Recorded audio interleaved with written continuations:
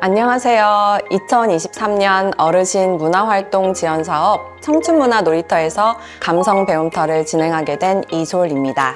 친한 친구 혹은 가족의 생일을 맞아 손편지를 작성한 경험 한 번쯤 있지 않으신가요? 소통수단이 다양해지며 예전과는 달리 글자로 마음을 전하는 일은 줄어들었지만 여전히 우리는 특별한 날 손편지를 찾곤 합니다. 이러한 편지에서 빼놓을 수 없는 중요한 요소가 있죠. 바로 손글씨입니다. 손글씨는 다른 말로 캘리그라피라고도 부르는데요.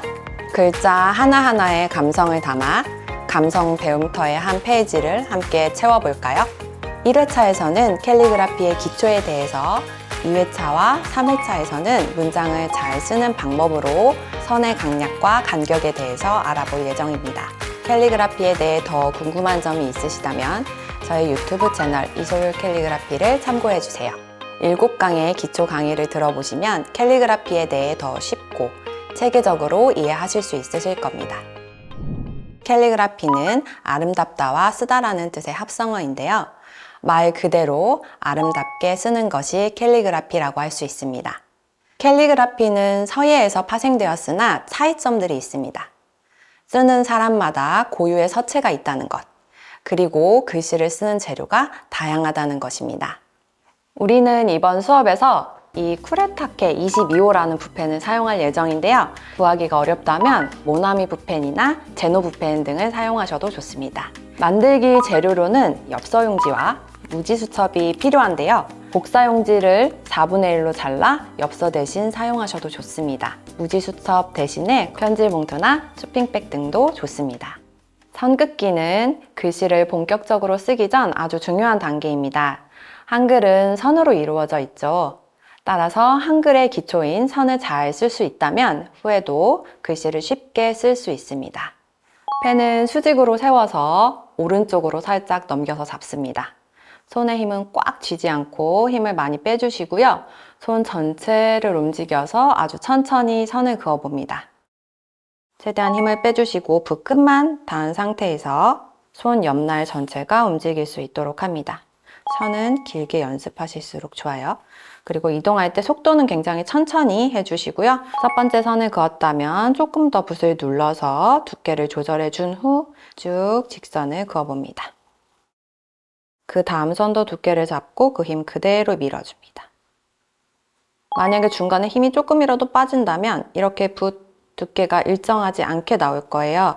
최대한 처음, 중간, 끝 두께가 비슷하게 나올 수 있도록 힘 조절을 잘 해주시면 되겠습니다. 아래에 있는 세로선도 똑같습니다. 붓펜의 위치는 고정을 해주시고요.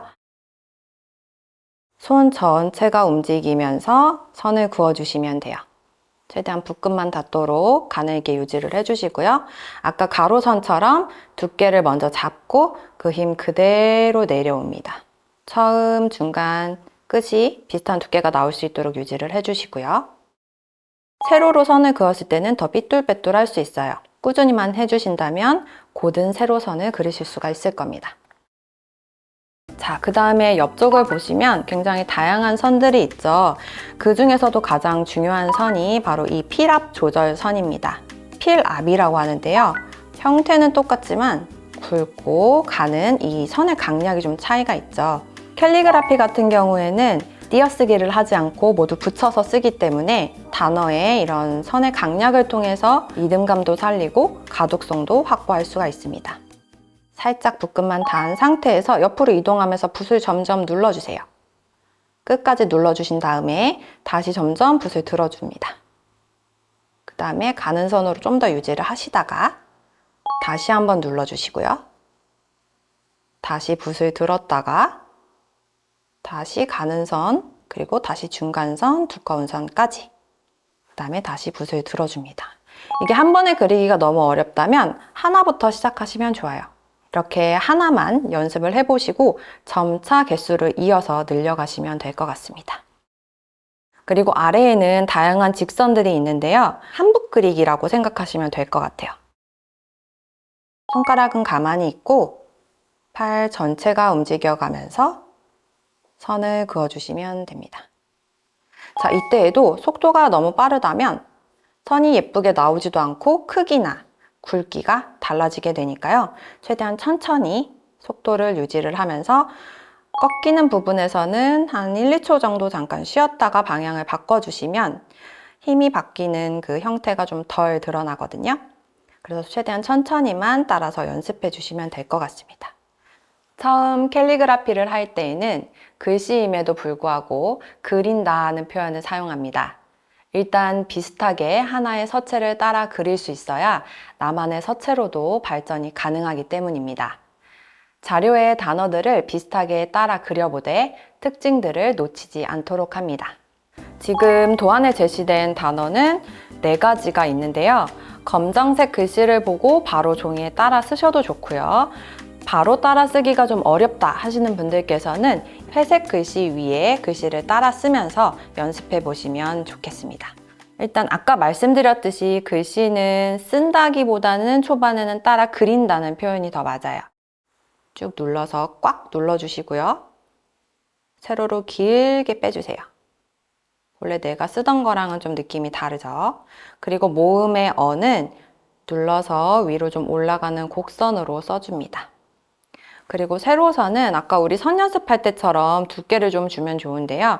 최대한 기역보다 위에서 시작해서 꾹 눌러서 그 힘 그대로 내려오면서 살짝 힘을 빼주세요. 그리고 받침 니은은 가늘고 가로로 폭이 길도록 그리되 최대한 자음과 모음 사이로 들어가서 가깝게 그어주시면 됩니다. 그리고 길게 포인트를 주고요. 붓을 끝까지 들면서 마무리를 해주시고요. 이번에 기역이 나오는데 이번 기역은 앞으로 각도가 더 많이 꺾여 있는 걸 볼 수 있어요. 그래서 앞쪽으로 많이 꺾어주시고요. 또 이번에 세로도 꾹 눌러서 그 힘 그대로 중간에 힘이 빠지지 않도록 해주시고요. 이번에 아모음은 밖에서 안쪽으로 삐침. 붓을 튕기면서 안쪽으로 들어와 주시면 좋고 여기서의 이응은 한 번에 그리기 어렵다면 이렇게 갈고리 모양처럼 그려준 다음에 닫아주시면 이응을 쉽게 그릴 수가 있어요. 자, 그러면 아래에 있는 단어 사랑 한번 볼게요. 시옷의 첫 획은 왼쪽으로 가면서 좀 더 두껍게 눌러줍니다. 그리고 아래쪽으로 좀 처지도록 마지막 획으로 완성을 해주시고요. 세로 모음은 이렇게 S자처럼 구불구불하게 그릴 거예요. 하지만 많이 꺾어지지는 않습니다. 자, 붓을 대고요. 안쪽으로 들어갔다가 살짝 밖으로 나왔다가 다시 안쪽으로 들어가면서 붓을 들면서 마무리를 할게요. 모음도 눌렀다가 안쪽으로 삐침 처리를 해주시고요. 이 랑자는 제가 한 붓에 쓴 글씨거든요. 그래서 제가 이거를 나눠서 쓰는 방법을 알려드리도록 할게요. 일단 첫 획을 써주시고 그 다음에 안쪽으로 들어갔다 나왔다 V자를 이렇게 돌려놓은 것처럼 써주시고요. 그 다음에 시작점까지 쭉 들어왔다가 아 모음을 만나러 중간까지 올라갑니다. 그리고 아 모음은 니은을 생각하시면 되는데요. 니은을 쓸 때에도 두껍고 그리고 가늘게 필압을 조절해 주시면 좋아요. 아까 이 이응은 위에서 썼듯이 쭉 당겨와서 갈고리 모양을 만들어 주시고 그 다음에 닫아주시면 한 붓에 그린 랑자를 좀 더 쉽게 쓰실 수가 있습니다. 자, 그 다음에는 행복이라는 단어를 같이 써보도록 하겠습니다. 자, 히읗 같은 경우에는 머리획이 굉장히 길죠. 꾹 눌러서 길게 써주시고요. 그 다음에 가로획은 길지 않도록 하지만 두껍고 짧게 써주시고요. 아래의 이응은 우리 받침에서 봤듯이 갈고리 모양으로 가져와서 닫아주시면 됩니다. 이러면 히읗도 쉽게 강약 조절을 해서 쓰실 수가 있고요. 모음은 너무 길어지지 않게 보통 내 개인의 필기체로 보면 모음을 좀 길게 쓰는 경향이 있거든요. 그래서 모음은 좀 두껍고 짧게 한번 써보도록 하겠습니다. 그리고 받침 이응이 또 나왔네요. 아까처럼 갈고리 모양으로 중간까지 자음과 모음의 중간까지 끌어와 주시고 닫아주시면 되겠습니다. 그리고 복자는 행자보다 좀 위쪽에서 시작을 할 거예요. 니은을 먼저 써주고요. 그 다음에 붓을 들어주세요. 그래서 강약의 차이를 둬주시고 첫 시작점보다 조금 더 높게 올라간 위치에서 눌렀다가 붓을 점점 들어주세요. 가로획으로 비읍을 완성을 해주시고요. 오 모음은 약간 삐뚤게 그려주시고 이 기억을 과하게 길게 씀으로써 다른 단어보다 좀 눈에 잘 띄게 해주는 가장 큰 특징을 가지고 있거든요. 그래서 가로획을 일단 써주시고요. 길게 한 번에 쓰는 게 힘들다 하실 경우에는 이렇게 저처럼 붓을 완전히 뗐다가 여기서부터는 손 전체를 움직여서 길게 써주시면 되겠습니다. 그래서 이런 선 포인트가 우리 나중에 문장 연습할 때도 들어갈 거기 때문에 선 연습할 때 길게 선을 써주는 것이 굉장히 중요합니다. 마지막으로 나눔이라는 단어를 한번 써볼게요. 짧은 대각선을 생각하시면서 굵게 눌렀다가 붓을 들어주면서 암호를 만나러 올라갑니다. 세로로 두껍게 눌러주시고요. 모음은 밖에서 안쪽으로 살짝 붓을 튕기는 듯한 느낌으로 삐침 처리를 해주시면 돼요. 그리고 니은은 크게 강약이 들어가지는 않고요.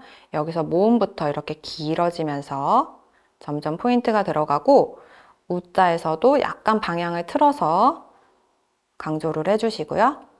마지막 이 미음은 한 붓에 쓸 수도 있지만 최대한 끊어서 쓰면서 형태를 잘 잡아보도록 합니다. 일단 시작점은 두껍게 그려주시고요. 나머지 기역선은 좀 가늘게, 그리고 마지막 강조된 선은 길게 쓸 건데 아까 말씀드렸듯이 손 전체를 움직이면서 마무리를 해주겠습니다. 정성으로 채운 한 페이지 어떠셨나요? 여러분 앞에 빼곡히 채워진 연습장을 바라보니 글자에 피어난 마음이 저에게도 전해지는 것 같은데요. 오늘 한자 한자 정성스레 적어본 캘리그라피 단어들을 통해 평소에 마음을 전하고 싶었던 분들께 따뜻한 한 글귀, 한 구절을 선물해보는 건 어떨까요? 청춘문화 놀이터, 감성 배움터. 다음 시간에는 본격적으로 문장을 잘 쓰는 방법에 대해 배워보고 직접 고른 문장으로 캘리그라피 작품을 만들어보는 시간을 가질 예정입니다. 영상을 재미있게 보셨다면 댓글과 좋아요, 구독 부탁드립니다. 개인 SNS를 통해 영상과 사진 등 많은 후기를 남겨주세요. 해시태그 샵문화로청춘 잊지 마세요.